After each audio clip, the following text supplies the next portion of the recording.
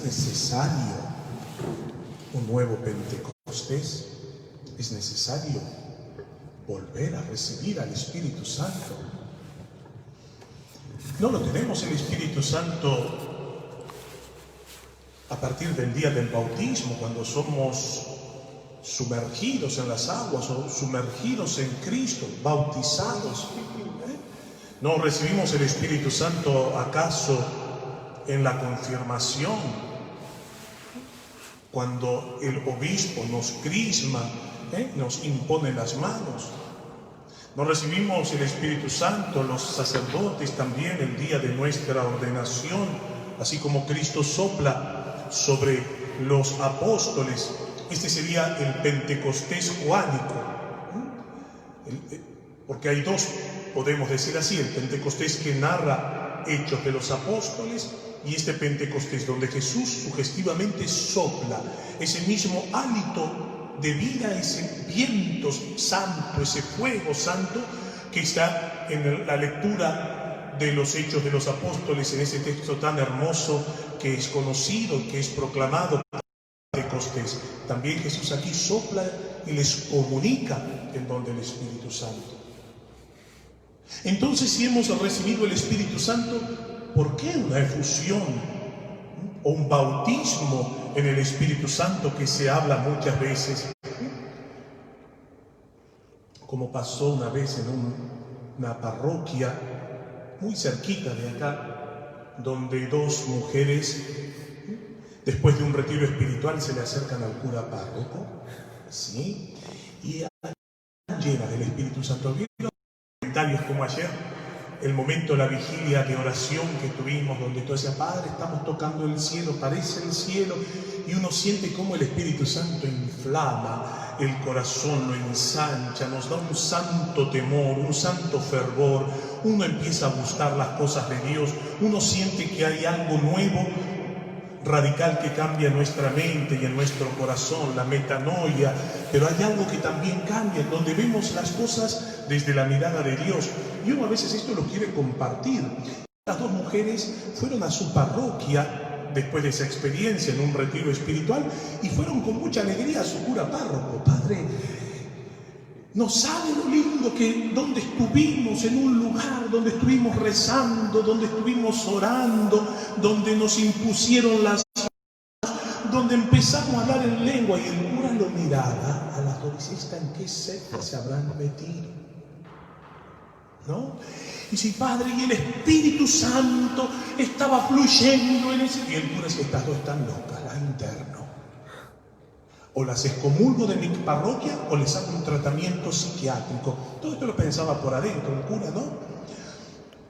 Hasta que una de ellas no tiene mejor idea que decir: no, Padre, pero era un retiro carismático con el Padre Barrera. Claro, desde el cura ese hasta todos los que le siguen están locos. Pero una tuvo una idea malísima, bueno, no sé si era malísima, pero la idea que tuvo, le dijo: Padre, ¿no quiere que oremos por usted para que reciba el Espíritu Santo? Y ahí, claro, vieron que todos los curas nos creemos que nos las sabemos todas. Creemos que porque estudiamos un poquito de teología ya lo conocemos a Dios y nosotros le decimos a Dios por dónde tiene que ir, cuando no es así. Nosotros nos tenemos que dejar moldear por Dios y es Dios quien nos tiene que comunicar. Pero bueno, un poquito de ciencia y de sabiduría hincha también la mente y el corazón. San Vicente decía: la ciencia infla, hay de los que no la tienen, ¿no?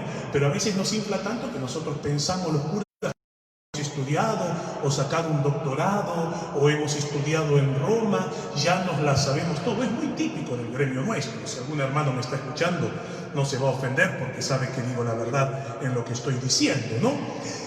Y nos creemos que nos la sabemos todo. Y la mujer, cuando le dijo eso, el cura: ¿quiere que oremos por usted para que reciba el Espíritu Santo? El cura se desfiguró, se puso colorado.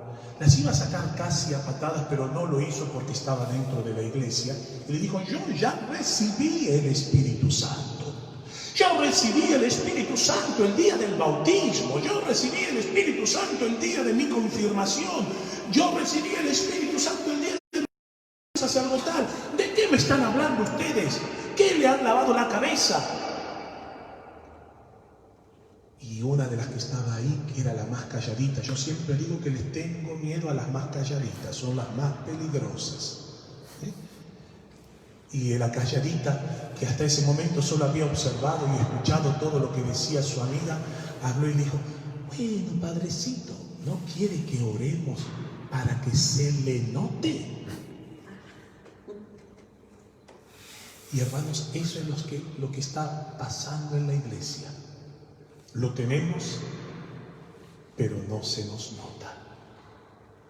Por eso, Pentecostés es un momento para dejarnos sumergir en ese fuego santo que nos tiene que purificar de una rutina que muchas veces hace mediocre nuestra vida interior, nuestra vida espiritual, aún nuestra vida de fe, donde todo es relativizado.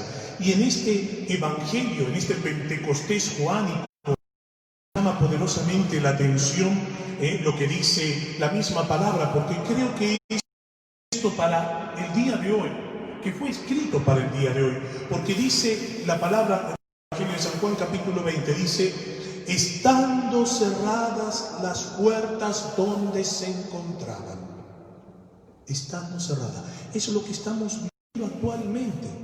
Las puertas de las iglesias cerradas, nosotros encerrados en nuestros hogares que se han transformado prácticamente cárceles. Una iglesia, disculpen mi sinceridad, que como nunca está tan preocupada por el cumplimiento de los protocolos que nos están imponiendo. No estoy en desacuerdo que tenemos que buscar la higiene y la salud. Una iglesia que está tan preocupada que se use el barbijo en gel, el barbijo, el alcohol en gel, que las puertas de las iglesias estén cerradas. Si vas a dar la comunión, ayer yo leía una cuestión que me daba horror: las pinzas eucarísticas. Ahora las comuniones las quieren dar en pinzas eucarísticas. El cura celebrando la misa con barbijo y con guantes. ¿Desde cuándo hemos estado tan preocupados en la salud física como en la salud espiritual? En nuestras iglesias hoy no se confiesa. Podés acercarte a comulgar como tú quieras, no importa si estás casado, si estás juntado, si hace mucho que no te confesás, si no has ido a misa, está todo bien. Buscamos, como les decía en la homilía de ayer, lo que es políticamente correcto, porque hemos caído en la mediocridad de no querer jugarnos por la verdad. Nuestras puertas están cerradas. Nuestros obispos temerosos, y alguno por allí levanta la voz un poco tenue, pero sin valentía, porque tiene miedo a no ser políticamente correcto. Los curas, he escuchado a algunos, por amor a Dios, me entristece, curas que dicen: yo no voy a celebrar ahora la misa si comparto el sufrimiento del pueblo que no tiene Eucaristía. La mediocridad ha llegado a su extremo, hermanos. La misión nuestra es santificar y orar por el pueblo de Dios. Y aunque estés confinado en un lugar y tú tienes que orar y ofrecer el santo sacrificio de la misa. Estamos viviendo aquella misma experiencia.